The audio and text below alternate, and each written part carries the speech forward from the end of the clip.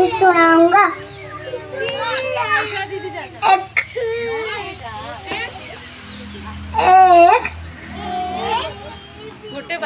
गोटे थिला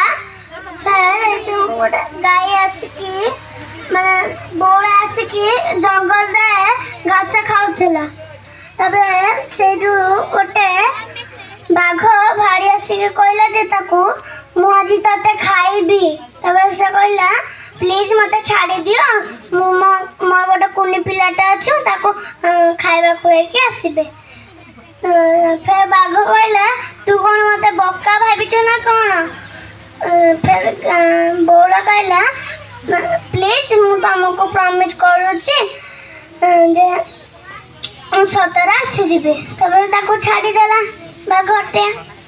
तबरे से गला ता घर को ता पिला को खाइबा खुए कि ताकू गेलो करी कि कहला जे तो मु आज तते खुए कि जाउची आउ सब न तू निजे खाइबा संग्रह करी कि खाइबू। तबरे से गला। तबरे ता पछे पछे ता पिला भी गला। तबरे से बाघ बाकू गला। बाघ कहला जे मु तो छाड़ी देली आ तो पिला को भी छाड़ देली। तबरे सामने पळेले।